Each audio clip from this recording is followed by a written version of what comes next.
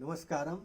वैसे तो अभी रात्रि का समय है, लेकिन चूंकि हमारे यहाँ वाणिज्य विभाग के विद्वान सहायक प्राध्यापक श्री मुनिंद्र कुमार सिंह उपस्थित हैं, तो मैंने सोचा क्यों न इनका ज्ञान का लाभ उठाया जाए और जो विद्यार्थी हैं इस विषय में रुचि रखते हैं उन्हें भी कुछ लाभ पहुंच सके, ऐसी मेरी आशा है। तो सर, स्टैट्स पर चर्चा पर आपका सर स्वागत है। हमारे बीच मौजूद हैं आप डॉक्टर मयंक मधुकर, जो जूलॉजी डिपार्टमेंट के विभाग अध्यक्ष हैं। वर्तमान में RDNDJ कॉलेज में कार्यरत हैं, मुंगेर विश्वविद्यालय के अंतर्गत। Sir, as we know that you are teaching biostat to the MSc students. Biostat is a popular term, very popular term. So please enlighten about the application of biostat in our real life. I will focus more on the scope of biostatistics in biological science. As we know that use of statistical methods are constantly increasing in biological sciences. The development of biological theories are closely associated with the statistical methods. Heredity is one of the recent branches of biology, is mainly based on biostatistics. Therefore, for the students of life sciences, the knowledge of biostatistics is very essential. So, sir, kindly enlighten us about importance of statistics in business or economics or in relation with commerce. Okay, sir. Thank you. As we know that the success of business depends upon demand forecasting and supply forecasting. But the question arises, how can we forecast? So in stats, there are many tools, but two popular tools are used nowadays are regression analysis and time series analysis. So with the help of these and many other tools also available, which are useful in forecasting demand and supply, and if we forecast truly, business may flourish. Sir, I want to ask a question about what is the importance of biostat in research nowadays? Biological research, I'm especially talking about. Statistics is having prime importance in that. Yeah, right, sir. And we know that, as you know that, we gather the data from the experimental findings. Right. And because of that, we have a large set of data. Okay. Suppose for a vaccine trial or a drug trial or a clinical trial, a large set of samples, Right, sir. okay, in the population are analyzed, and we see the effect of that medicine or that vaccine on that person, and we see that in the treatment also whether that cure is by the chance or due to the effect of that drug or vaccine. So Yes, for that a large set of data is analyzed, and it is put under the test under the suitable statistical methods, and after the analysis that data is presented, and we on the basis of that we can say that whether this drug or vaccine is useful for the mankind or not. Right, sir. So, sir, kindly tell us in detail about the relationship between statistics and economics. Right, sir. As sir said that statistics and economics. First of all, sir, we should understand what is the objective of these two subjects. Prime objective. Statistics help us to know about the economic problem such as inflation, population explosion, unemployment. But on the other hand, economics tries to find out, gives us solution about such economic problem. Now the question arises, how do economics find solution? There are two policies, fiscal policy and monetary policy.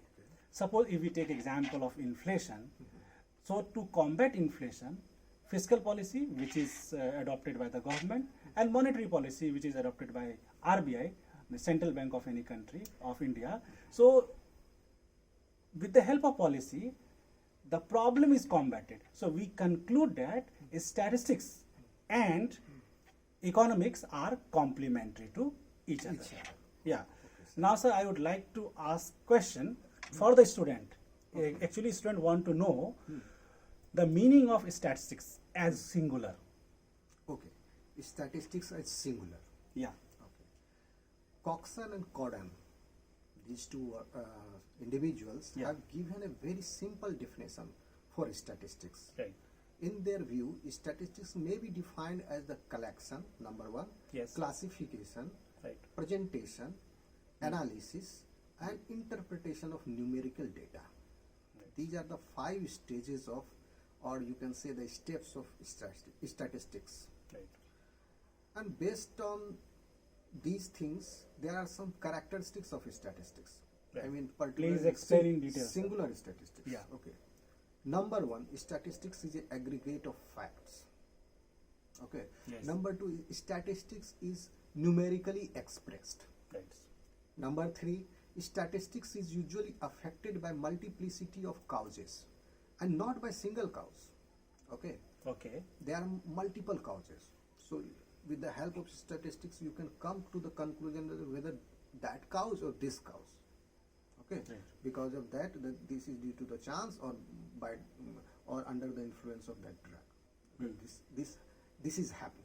Right. So, number 4 is statistics must be related to some field of inquiry. Okay. Right. And number 5 is statistics should be capable of being related to each other so that some cause and effect relationship can be established.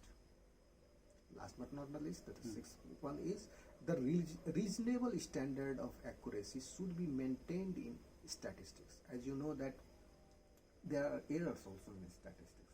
2 types of errors, biased errors and unbiased errors. Okay. Right. So one has to look into this. If the data is collected honestly, then we see unbiased type of errors. But if the person is affected by some prejudice or some other state of mind, so in that case we see biased errors. And this is not favorable for the statistics Right. or the data. And Right. we get the false positive result in that. So sir, now I will come to you. Can you elaborate these 5 steps in detail? Yes. Okay. As you Or mentioned- stages in detail. As you mentioned, stats are singular. So 5 steps. First is collection of data. Ji. And I'm not going to explain so much detail. But briefly, I want to introduce at first, and in next video we will discuss in detail. So first is collection of data. So collection of data by 2 methods, that is census method and sample method. If we collect data from each and every unit of the population, it's census method.